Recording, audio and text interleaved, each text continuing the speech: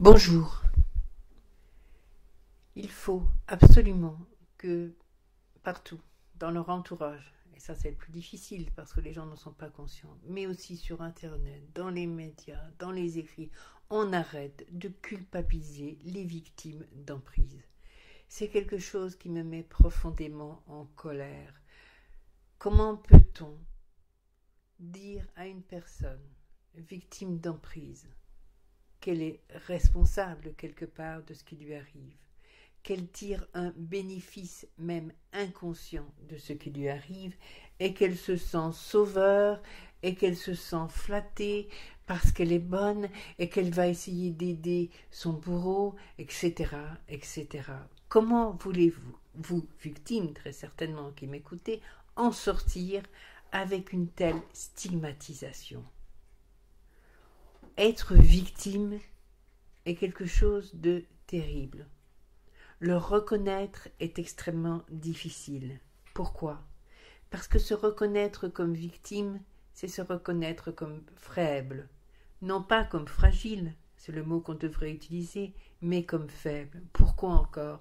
Parce que nous vivons dans un monde, dans une civilisation, et la nôtre devient de plus en plus dure, où on n'a pas le droit d'être faible. C'est totalement interdit. La faiblesse, c'est quelque chose qui ne devrait pas exister. On doit être fort, on doit être un loup, on doit se défendre, on doit avoir du caractère. Et la fragilité, et la sensibilité, et l'humanité dans tout ça. Ce qui manque le plus dans notre monde, les victimes des pervers narcissiques, et je répète, pervers narcissique est neutre, et je répète, pervers narcissique est un trouble bien précis, défini, qui veut dire que bien sûr ces personnes sont manipulatrices, c'est leur fonctionnement de survie, mais que tous les manipulateurs ne sont pas des pervers narcissiques. Il faut vraiment le retenir. Quel que soit d'ailleurs pervers narcissique ou manipulateur, il y a une emprise. Il y a une tromperie.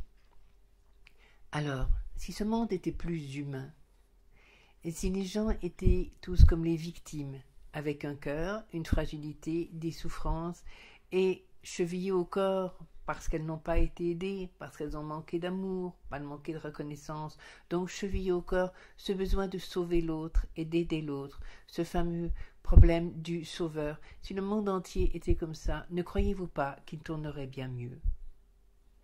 Alors, être victime, ce n'est pas être faible, ce n'est pas être minable, c'est surtout ne pas avoir honte de ne pas avoir vu, de ne pas avoir compris, de ne pas avoir eu la force de s'en sortir. Être victime, ça veut dire être hypersensible, être un enfant fragile à l'intérieur de soi, à qui il a manqué un appui, volontaire ou involontaire. On n'est pas là pour faire le procès des parents, un procès au sens expliquer ce qui s'est passé, pas forcément condamner, mais la victime est forcément quelqu'un qui manque terriblement de foi en sa propre valeur. Alors quand elle va rencontrer le caméléon, qui est, on va prendre le pervers narcissique bien sûr, qui est le cas le plus dangereux de la manipulation, parce que celui-là vous enfonce au plus bas de vous-même et d'un gouffre sans fin qui vous amène à vous demander si vous avez une place sur Terre. Quand elle le rencontre, bien sûr, le caméléon va lui offrir le visage de ce qu'elle cherche, cette victime. Comment ne pas se laisser séduire quand on trouve enfin ce qu'on cherche? Je vais prendre un exemple tout à fait, mais alors vraiment bateau, vraiment matériel. Vous rêvez depuis toujours de trouver la maison de vos rêves. Et un jour, vous voyez un jardin, le jardin de vos rêves, la maison qui correspond exactement à cette maison dont vous rêviez petite, qui représente exactement cet univers que vous voudriez avoir, cette grande maison où accueillir les vôtres, vos enfants ou vos amis, etc., ou tout ça, comme vous voulez. Mais vous la trouvez. Vous visiterez cette maison, vous verrez des défauts, mais vous ne les verrez pas, et vous en ferez l'acquisition. Et vous vous retrouverez avec des galères, parce que c'était un rêve réalisé, un rêve d'enfant. Rencontrer quelqu'un de pervers narcissique, et là on va s'arrêter sur eux puisque c'est souvent notre sujet, c'est justement avoir l'impression de rencontrer son rêve de quelqu'un qui vous comprend, son rêve de quelqu'un qui vous donne votre place, son rêve de quelqu'un qui matche complètement avec vous. Ah, enfin je suis comprise, enfin je trouve quelqu'un avec qui je peux parler. Ok, c'est le début, c'est la séduction, bien sûr. C'est comme ça que la perversion, la déformation narcissique de l'autre, qui a besoin d'un miroir, qui a besoin d'exister en se nourrissant de ce que vous avez vous. C'est là que ça commence, cette emprise. Et puis après, c'est petit à petit, insidieusement. Vous recevez des phrases, vous recevez des injonctions, vous recevez des attitudes qui déstabilisent, parce qu'elles ne correspondent plus du tout à cette situation idéale. Déstabiliser, ça veut bien dire que vous ne restez pas de marbre, vous ne pouvez pas prendre le temps de prendre du recul, d'analyser. Non, vous êtes déstabilisé, déséquilibré. Quand vous êtes en pleine rue et que vous êtes déséquilibré pour tomber, vous n'êtes pas en train de réfléchir sur quel pied je me mets, comment je replace ma jambe. Vous essayez juste de vous rattraper pour ne pas vous casser la figure bêtement. Eh bien, figurez-vous que c'est la même chose. Alors, l'autre vous récupère, redevient gentil, hop. Ah non, c'est pas lui qui m'a bousculé, c'est... On va reprendre l'exemple de je marche dans la rue, c'est pas lui qui m'a bousculé, c'est pas elle qui m'a bousculé, c'était une impression, c'était moi. Et on repart. Et petit à petit, cette personne va vous faire perdre votre équilibre. L'équilibre physique dans la rue, à force de vous pousser, de vous faire tomber, vous finirez par tomber. Votre équilibre psychique dans la vie. Pourquoi ? Parce que dans sa déformation, elle a besoin de se nourrir de l'autre. Elle colle à l'autre. Parce qu'elle a besoin d'être l'autre. Ça, c'est la perversion narcissique. Déformation narcissique dans le miroir. Je ne me vois pas, je rencontre quelqu'un qui possède ces qualités d'humanité que je n'ai pas pu acquérir. Donc je rêve d'être personne, donc je colle à cette personne. Et comme cette déformation a quand même un signe d'un gros problème mental, je suis persuadée en bon pervers narcissique que, collant à cette personne, je vais être comme elle. Il fonctionne effectivement comme des enfants de classe primaire, on dirait que, c'est comme ça. Et dans leur tête, c'est comme ça. Et puis il y a ce cerveau d'adulte qui va imaginer des tas de manières pour parvenir à rentrer dans votre univers, pour pouvoir l'absorber, pour être comme vous, se coller à vous. Et puis il y a ce côté vraiment primaire de leur développement affectif, qui est la pulsion qui les pousse vers vous, et de la frustration qui est de plus en plus forte. Et là, je cite toujours le bébé qui hurle parce qu'il n'a pas son biberon, et aussi adorable soit-il avec son papa ou sa maman, aussi fusionnel soit-il, quand il n'a pas son biberon, il hurle. Et c'est pas la peine de lui faire des risettes, et c'est pas la peine de lui dire des choses gentilles, il veut son biberon et c'est tout, il hurle, il est frustré. Perversion narcissique, frustration. Ça, c'est le stade de la capacité émotionnelle, de la capacité relationnelle. Il n'y en a pas. C'est frustration, pulsion. Je veux, j'ai ou j'ai pas. J'ai ou j'ai pas. J'ai, c'est bien, c'est le début de la période de séduction. Tout va bien, votre pervers narcissique, neutre toujours, homme ou femme, ça va bien. Tout est aux anges, c'est parfait. Ben voilà, il a son biberon, il a l'image à laquelle il veut coller, il va devenir ça, ça va être génial. Et puis ça va pas, tout compte fait. Il a un arrière-goût, ce biberon, ou ce bonbon quand on grandit. Il a un arrière-goût, ça va pas, il n'y en a pas assez, quelque chose ne colle pas. Bah oui, parce que figurez-vous qu'on a beau essayer de devenir l'autre, bah oui, on ne devient pas l'autre comme ça. On reste soi-même, et ça ne marche pas. Et puis cet autre en face, qui est hypersensible, bien sûr, qui a des failles, bien sûr, qui essaie de tout comprendre, s'intéresse à un pervers narcissique qui, bien sûr, est fragile aussi. Il faut bien coller à une enfance malheureuse aussi, ou les mêmes soucis, quelque chose de semblable, quelque chose d'inconnu, mais certainement de terrible, pour attirer l'empathie. Plus vous allez vous pencher sur son problème, plus vous allez lui faire peur. Pourquoi ? Peur que vous puissiez voir, derrière ce joli masque de caméléon, qu'en fait tout ça, c'est du fake, et que ce qu'on vous montre n'est pas vrai. En questionnant, en vous interrogeant, on fait la personne en face de vous le prend pour de l'inquisition. Il y a de la paranoïa dans la perversion narcissique. Il y a une peur impressionnante, vitale. Une peur ne peut pas être vitale, quoique. Il y a une peur ancrée au plus profond des tripes d'être contrôlé. pervers narcissique veut contrôler son univers pour ne pas que l'univers le contrôle. Pourquoi? Il faut aller chercher les causes dans l'enfance. Il y a dans l'enfance une impossibilité à devenir, avoir un humain à part entière, avoir la sensation d'être quelqu'un avec une personnalité propre, définie, ne pas être que l'extension voulue ou rejetée de son parent. Et le parent contrôle le pervers narcissique. Comment l'enfant grandissant va essayer d'échapper à ce parent? En essayant d'échapper au contrôle. Il a très conscience qu'il est contrôlé. Donc en grandissant, il va reproduire les mécanismes qu'il connaît, qui sont la manipulation, avec la séduction, avec l'emprise, avec la peur sur l'autre s'il faut, le contrôle sur l'autre qui permet d'exister, de se sentir puissant et de se sentir exister. Et ça, les pervers narcissiques vous diront, j'ai besoin de me sentir puissant, j'ai besoin de me sentir exister. Traduisez, j'ai besoin de me sentir quelqu'un, parce que je ne me sens rien. Et ça, ils peuvent vous le dire. Tout ça, c'est le mécanisme de l'emprise.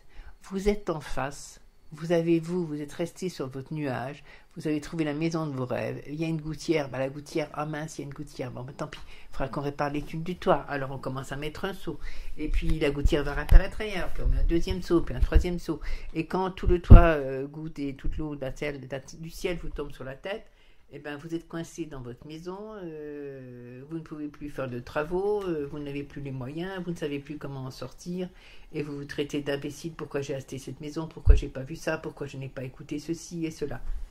C'est la même chose. Petit à petit, pervers narcissique va donc vous déséquilibrer, vous déstabiliser, vous allez mettre un peu de colmatage là pour vous dire que mais non, mais c'est pas grave, et c'est pas grave, et c'est pas grave, et à un moment, cette emprise sur vous, cette démolition de vous,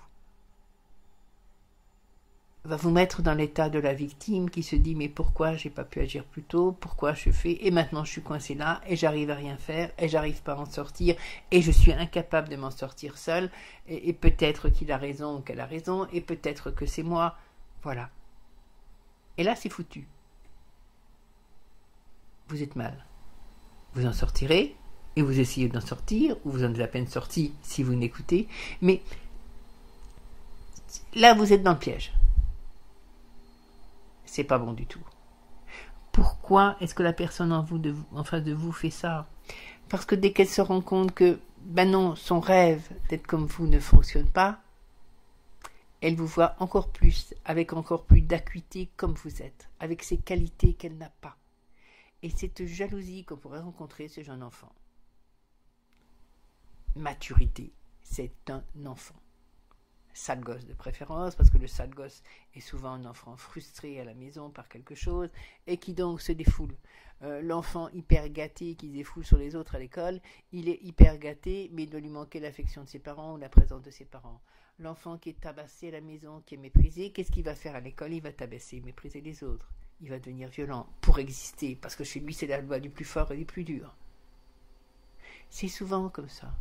Donc votre PN, avec son développement de comportement social d'enfant, sa jalousie va vous voir comme un objet de répulsion. Attirance et répulsion. Attirance toujours parce que vous continuez à représenter ce qu'il rêvait d'être. Répulsion parce que la personne perverse narcissique en face ne parvient pas à être ce que vous êtes. Donc, pour que c'est insupportable qui l'envahit, parce que vous le renvoyez à ce qu'il se sent, il a besoin de vous détruire. Et il va vous détruire pour ne pas se sentir encore moins que rien, ce qu'ils se sont déjà. Il va expulser cette sensation de rien sur vous. Il va faire un transfert en se persuadant que c'est vous qui êtes comme ça, que c'est pas lui, que c'est pas elle, que c'est vous, ça ne peut être que vous. Et c'est là qu'on est dans les confins de ce qu'on appelle la folie, c'est là qu'il y a le trouble mental. À chaque fois, il projette sur l'autre, soit son rêve d'être comme l'autre, soit son insupportable sensation de ce qu'il est. Donc, c'est votre faute, c'est vous qui manipulez, c'est vous qui prenez le pouvoir, ou c'est vous qui êtes nul, ou c'est vous qui trichez. Vous connaissez toutes les ficelles, elles sont nombreuses, mais quand on les regarde, c'est toujours un peu grossier. Quelque part, vu de l'extérieur, c'est facile, c'est grossier, c'est les mêmes. C'est pour ça aussi qu'on stigmatise les victimes. Mais enfin, tu pouvais pas le voir, mais enfin, je comprends pas. Regarde ce qu'il te fait, regarde ce qu'elle te fait, etc. De l'extérieur, c'est toujours très facile de porter ce qu'on appelle un jugement. Il est très facile de l'extérieur de voir les défauts de quelque chose. Mais quand on est à l'intérieur, quand on est pris dans le piège, c'est beaucoup plus difficile. Alors quand la victime après a honte, il faudrait qu'elle se mette à la place d'une autre victime. Elle dirait, mais non, elle n'a pas à avoir honte, je sais ce que c'est. Alors si l'autre n'a pas à avoir honte, vous non plus. Vous n'avez pas à avoir honte d'être victime. On n'a pas à vous stigmatiser d'être victime. On n'a pas à vous dire que, quelque part, vous l'avez bien cherché, quelque part, oui, mais enfin, ça vous faisait quand même quelque part plaisir d'être le sauveur, d'aider quelqu'un, etc., d'être le chevalier. Non. Bien sûr que non, ça ne vous faisait pas plaisir. Vous essayez de retrouver votre rêve et de le faire vivre. Et comme vous n'avez jamais perçu ce qui vous manque, vous essayez de l'offrir à l'autre, de le recevoir par personne interposée. On donne, quand on est trop gentil, comme on dit, à l'autre ce qu'on n'a pas eu. Est-ce qu'on est trop gentil? Je pense qu'on n'est jamais trop gentil. Est-ce qu'on est trop méchant? Il n'y a même pas de trop méchant. Il y a la gentillesse, il y a la méchanceté. Les deux tiennent de quelque chose qui est notre vécu, notre chemin, etc. On peut tous être mauvais à un moment. On peut tous être manipulateurs à un moment. On peut ne pas être victime à partir du moment où on a eu la chance de se construire en tant qu'enfant dans un environnement qui nous a permis de comprendre et d'exploiter et de connaître notre valeur. Ou quand on parvient, adulte, après avoir vécu ces histoires tellement toxiques, tellement destructrices, à chercher, à comprendre et à trouver en nous notre valeur. À partir du moment où on prend conscience de notre valeur, on n'est plus jamais victime. On sera gentil, on pourra être méchant, on sera neutre, en fait. On ne croit plus forcément en l'autre, mais on ne devient pas paranoïaque pour autant. On est capable de discernement.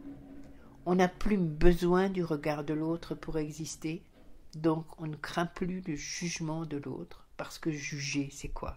C'est projeter sur l'autre quelque chose qui nous appartient. On ne devrait jamais juger personne. On peut avoir des ressentis qui font qu'avec cette personne-là, on a des points communs. Avec cette personne-là, on a 0 point commun. Ok. On peut être d'accord ou pas d'accord avec le comportement de quelqu'un. Ok. Mais ce n'est pas pour cela qu'on va juger quelqu'un. La personne est comme ça, il y a quelque chose qui l'a rendue comme ça. Ça, c'est pas mon monde, j'apprécie pas, et j'ai rien à voir avec elle. Et c'est tout à fait normal de le penser. Mais je vais pas dire, cette personne est pourrie, cette personne est ceci, cette personne est cela. Ça m'appartient pas. Et j'ai pas envie de m'envenimer la vie avec cette hargne négative qui ne me sert à rien. Moi, je vis ma vie. J'ai ma valeur. J'essaye de la nourrir, c'est comme un jardin, c'est mon jardin, je soigne mon jardin, j'aime quand mon jardin est beau. Je ne laisse pas les autres qui auraient des mauvaises herbes, les déverser des graines de leurs mauvaises herbes dans mon jardin, j'en veux pas. Leurs ronces, j'en veux pas. Je partage volontiers les fleurs de mon jardin avec les fleurs d'un autre jardin, si elles sont vraies. Mais c'est moi, et juste moi. Et si je rencontre quelqu'un qui est victime, eh bien, je vais ne pas me mettre à juger, mais enfin, franchement, quand même, depuis le temps qu'on lui dit, qu'est-ce qu'il ou elle attend pour en sortir? Bien sûr, oui, mais elle était prévenue, elle a lu des tas de magazines, elle a vu des tas de YouTube, elle a fait ceci, elle a fait cela. C'est pas facile d'être soi. Il me manque des éléments, je ne connais pas ces éléments, je ne peux pas comprendre pourquoi. Je peux savoir pourquoi, parce que j'ai des codes, le mécanisme de l'emprise, parce que je sais que, voilà, ça veut dire c'est à cause de ceci, c'est à cause de cela. Mais je ne dois jamais oublier que la victime est une personne qui est en souffrance. C'est quelqu'un qui est sanguinolent, c'est quelqu'un qui est à vif, c'est quelqu'un qui n'en peut plus d'encaisser des coups moraux, qui parfois deviennent des coups physiques, qui est terrorisé par l'autre. L'emprise fait peur, l'emprise donne la sensation que l'autre est tout puissant et qu'on ne pourra rien faire pour s'en débarrasser. Parce que de toute façon, on n'arrive pas à le saisir, on n'arrive pas à le comprendre, il arrive toujours à avoir raison, il arrive toujours à nous écraser. Quand on est blessé, on se défend bien moins que quand on ne l'est pas. Donc, arrêtons d'essayer de secouer les victimes. Arrêtons d'essayer de leur dire « Ben oui, mais il faut faire quelque chose, ben oui, mais stop ». Écoutons les victimes. Aidons-les à comprendre ce qui, bien au-delà, bien en amont, bien avant ces rencontres toxiques, ont fait qu'elles ne croyaient pas en elles.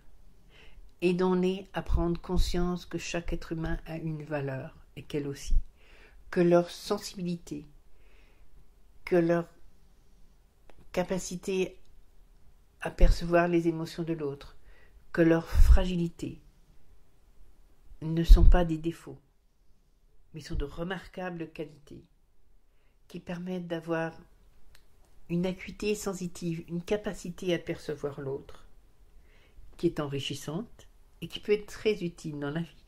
Parce que le jour où elles iront bien, ça leur permettra de repérer qui est négatif pour elles, qui est positif pour elles. Apprenons-leur à comprendre qu'elles sont fortes, que tout être humain a une force, que tout être humain est strictement égal à l'autre en valeur, et qu'après on fait ce qu'on veut de sa valeur. Mais il n'y a pas quelqu'un qui vaut mieux que l'autre ou moins que l'autre. Même les PN ne valent pas mieux, même les manipulateurs qui sont manipulateurs simplement pour le goût du pouvoir et de l'argent, qui n'ont même pas une pathologie mentale comme raison d'être, ont moins de valeur que les autres. Simplement, ils l'exploitent mal, leur valeur. À ce stade-là, c'est un choix. La victime, elle n'a pas le choix. Elle ne sait pas. Elle ne se reconnaît pas. Et quelque part, elle ne s'aime pas. Et c'est en étant valorisant avec la victime. À chaque fois qu'elle fait quelque chose, il faut la valoriser, il faut nous faire comprendre que si, elle est jolie, si, elle est intelligente, si, elle est agréable. Bien sûr qu'on est content de la côtoyer, bien sûr qu'on est content de la voir, en ne lui renvoyant pas à chaque fois son histoire, en ne rabâchant pas, en ne reparlant surtout pas de ce qu'elle a vécu, mais en l'amenant vers des choses qui sont peut-être plus futiles, plus simples, mais qui font du bien. Parce que quand les gens sortent de ces emprises-là, elles ont besoin petit à petit de réapprendre à marcher. Et je dis souvent, vous avez un accident de voiture, vous vous retrouvez dans un lit, vous devez réapprendre à marcher, vous passez du fauteuil roulant à la marche. Vous n'allez pas courir le 100 mètres d'un coup. Ça va être très lent, ça va être progressif. Et vous allez avoir de l'aide et des soutiens et des encouragements. Parce qu'à chaque fois que c'est dur, on vous encourage, on vous dit bravo, c'est bien, c'est super. Tu es quelqu'un de génial. Arrêtons de stigmatiser les victimes. Il faut au contraire les survaloriser. Leur renvoyer cette image positive d'elles qu'elles avaient peu au départ et qu'elles n'ont plus du tout. Les victimes n'ont pas à avoir honte d'être victimes. Les victimes sont des gens fantastiques, des gens extraordinairement humains, profondément humains et sensibles, et qui ont souffert et qui n'ont pas su se défendre parce qu'on ne leur a pas appris à protéger leur sensibilité, à se savoir assez fort pour pouvoir être sensible, pour pouvoir être humain, sans prendre tous les coups des autres dans la figure. Être victime, c'est quelque chose de terrible, mais ça veut dire aussi que la victime est quelqu'un de drôlement beau à l'intérieur. Si vous avez été victime, pensez-le, redites-le, faites la méthode Coué si vous voulez, mais ne l'oubliez pas, pour être victime, il faut être humain avec un très grand H. Et dans ce monde, on peut voir que l'humain avec un très grand H, c'est une valeur qui se perd énormément. Et que si tous les humains cultivaient leur humanité, comme les victimes l'ont d'elles-mêmes en elles, ce monde ne serait pas un monde de guerre, ce monde ne serait pas un monde de différence sociale, ce monde ne serait pas un monde où le plus riche est de plus en plus riche, le pauvre de plus en plus pauvre, ce monde ne serait pas un monde où la nature meurt, ce monde serait un monde bien plus convivial, bien plus solidaire et bien plus beau. Transformer le âge de honte en âge d'humanité. Osez vous regarder comme vous êtes, avec votre beauté d'âme. Apprenez à la protéger, apprenez à la cultiver. Et vivez, vivez. Et épanouissez-vous, surtout. Voilà, c'était un peu un cri de colère, hein, une sorte de cri de j'en ai marre. C'est vrai que régulièrement, on passe des liens et je les écoute et on m'interpelle, on me demande ce que j'en pense, on discute et qu'est-ce qu'on entend comme horreur. C'est pas possible. Il n'y a pas de monde, hein. Il n'y a pas le monde des harceleurs et des harcelés. Hein. Il y a le juste milieu sur lequel on doit être et dans lequel on doit rester. On n'est pas obligé de rentrer dans un camp ou dans un autre. C'est n'importe quoi. Donc j'espère que, si vous êtes victime, ça va vous faire du bien. Si vous connaissez des victimes, ça va vous donner quelques outils peut-être pour les aider. C'est vraiment mon souhait profond. Il y en a d'autres, il y en aura d'autres encore, des YouTube. Il y a tellement à expliquer, réexpliquer, et parfois on a l'impression d'avoir expliqué, mais en fait, on a expliqué à une partie de personnes qui comprennent cette approche-là, et puis d'autres personnes, il faudra expliquer d'une autre manière. Et c'est vrai qu'il ne faut jamais rester sur une vision seule. Hein. Cette vallée de l'emprise, il faut la regarder de différentes collines pour pouvoir l'expliquer avec différentes visions, différents schémas. On continuera. Je consulte, on me demande, oui, je consulte, oui, c'est mon métier. Je suis thérapeute, je suis coach. J'aide les gens à comprendre. J'accompagne des personnes qui sortent de ce terrible état de victime pour s'épanouir et retrouver le goût à la vie, leur plénitude et leur force, et croire en elles aussi. Il y a ce lien là qui s'affiche si vous voulez me contacter pour une consultation. C'est mon métier, donc bien sûr la consultation a un coût, c'est comme ça, mais on peut avoir des soucis financiers, on peut aussi me consulter, il n'y a pas... La porte est toujours ouverte à celui qui a besoin. En attendant, je vous envoie plein de lumière, qu'elle chasse les peines, qu'elle éclaire les cœurs, qu'elle anime votre force. À bientôt. Au revoir.